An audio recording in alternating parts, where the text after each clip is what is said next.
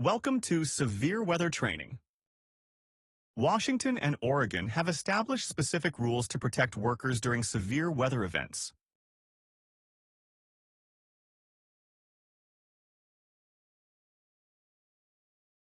Extreme weather isn't just uncomfortable. It can turn work environments into dangerous places. Every year, thousands of injuries and even fatalities happen due to weather-related hazards.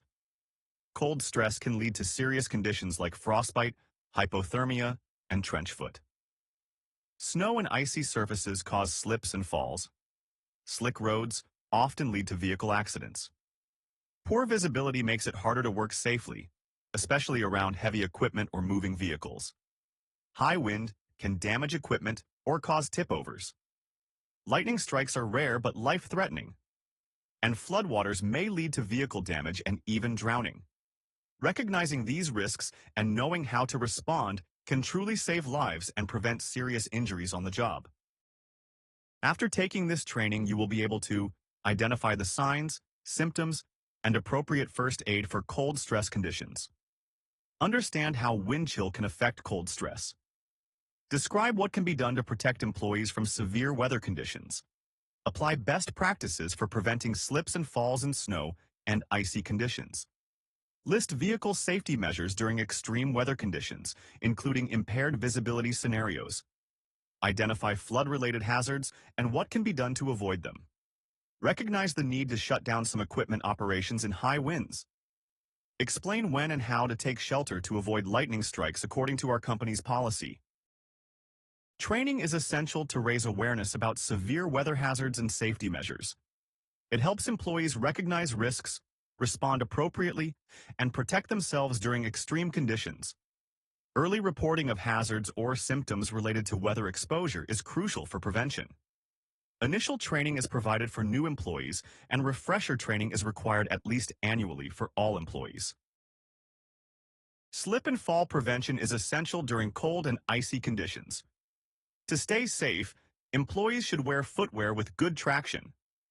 Always use handrails when available and take smaller controlled steps to maintain balance. Keep one hand free when carrying items to help prevent falls. Additionally, ensure walkways are cleared by shoveling snow and removing ice, and remain alert when walking on inclined or uneven surfaces. Each year, thousands of injuries are caused by snow, ice, and poor visibility on the roads. Winter driving demands extra caution to prevent accidents. It's important to keep cold weather gear in your vehicle and make sure your tires have good traction. Slowing down and accelerating or decelerating gradually helps maintain control. Increasing your following distance gives you more time to react to hazards. Be especially careful when approaching hills and corners, and always keep a safe distance from snowplows. Even experienced drivers face risks in winter, so preparation, smart driving, and staying alert are key to staying safe. Impaired visibility means you can't clearly see hazards, vehicles, or pedestrians. This reduces your reaction time and raises the risk of accidents, especially in fog, heavy rain, snow, or blowing dust and debris. To stay safe, turn on your headlights but avoid using high beams. Slow down and increase your following distance. Use hazard lights if visibility gets near zero. Keep your windows, mirrors, and lights clean. If conditions become too severe, pull over safely. Even short distances can be dangerous when visibility is poor, so stay alert and adjust quickly. It is crucial to stay informed and prepared to protect yourself from extreme weather hazards. Monitor weather forecasts regularly, especially during severe weather seasons, to anticipate potential storms and lightning hazards. Our company's safety team monitors wind conditions closely for outdoor work like welding, crane operations, and elevated tasks. When wind speeds hit 25 miles per hour or higher, the worksite must be evaluated and loose objects must be secured. Operators must also follow manufacturer guidelines for shutting down equipment. For instance, genie lifts must be shut down when wind speeds reach gusts of 28 miles per hour. Let's review staying safe during flood conditions. If you are driving during flooding conditions, do not drive where water covers the road. It could be deeper than it looks, or the road may be washed out. Just 6 inches of water can cause you to lose control or stall your vehicle. 2 feet of rushing water can carry away most vehicles, even SUVs and trucks. If your car stalls, abandon it immediately. Floodwaters rise fast and can sweep vehicles away. Staying safe around flooded roads and walkways. If walking during flooding conditions, never walk through moving water above ankle height. Just 6 inches can knock you down. Avoid walking through floodwater over knee-deep. If you must walk, walk in still water and use a stick to check the ground ahead. At night, use extra caution because it's harder to see flood hazards in low visibility. Lightning causes about 20 deaths and hundreds of injuries each year in the United States. Outdoor workers are at serious risk.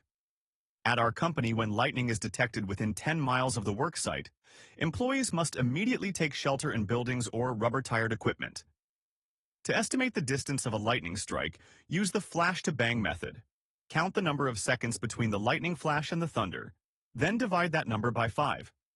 For example, if it takes 10 seconds to hear the thunder after seeing the flash, the lightning was approximately 2 miles away. 10 seconds divided by 5 equals 2 miles. Employees must stay sheltered until Doppler radar confirms the storm is moving away and no lightning has occurred within that radius for 30 minutes. You can monitor Doppler radar and lightning strikes on weather sites like NOAA and WeatherBug. To stay safe during lightning events, avoid open areas, tall objects, and metal. Follow the National Weather Service slogan, "When thunder roars, go indoors." Supervisors can use severe weather safety posters during facility familiarization training to train new hires and transfers. These should be posted annually to emphasize the importance of responding effectively when severe weather conditions arise. Employees should be reminded regularly of the proper safety steps and precautions to take during cold stress and severe weather events. Extreme weather demands serious precautions. Regularly reviewing what to do during extreme weather conditions can ensure everyone is prepared. Providing and wearing the correct PPE helps employees stay warm and dry. Reduce slip and fall hazards by keeping surfaces free of ice and wearing approved traction devices. Be aware in flood conditions and don't drive through flowing water. Winds over 25 miles per hour require suspending elevated work, crane operations, and welding. Outdoor work must stop immediately if lightning is detected within 10 miles and can only resume after the storm moves outside the area. The key to keeping safe during severe weather is to stay alert, be prepared, and work safely.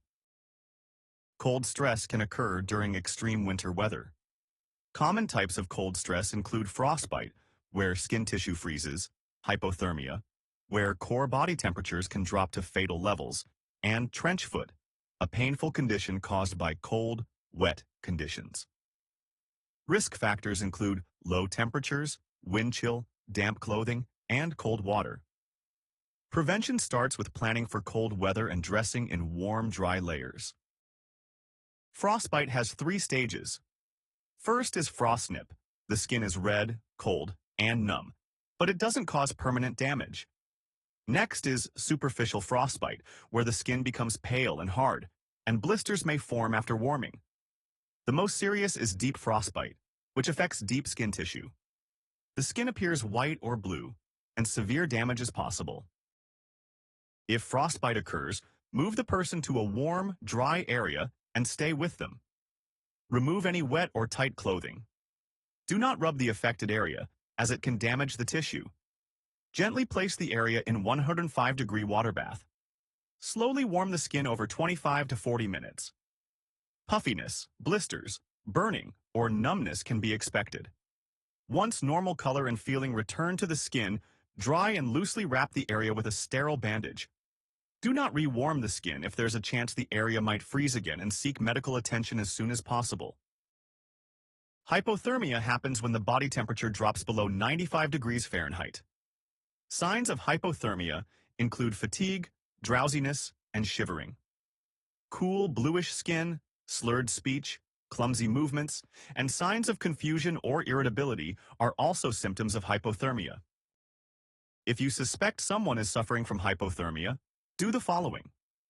Move the person to a warm, dry place and don't leave them alone.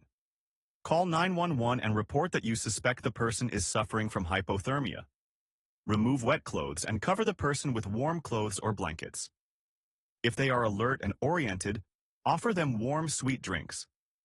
Encourage the person to move.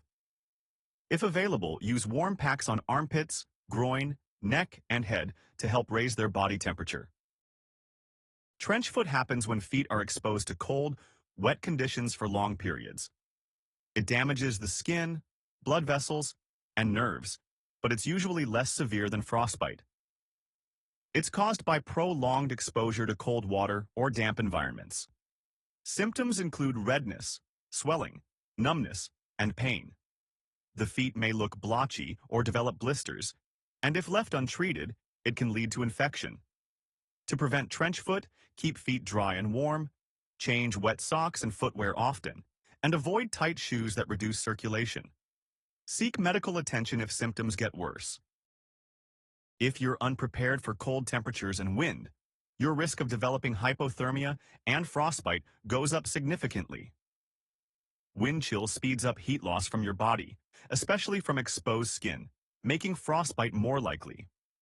The table shown here breaks down how quickly frostbite can develop under different combinations of temperature and wind speed. Congratulations! You have completed severe weather training.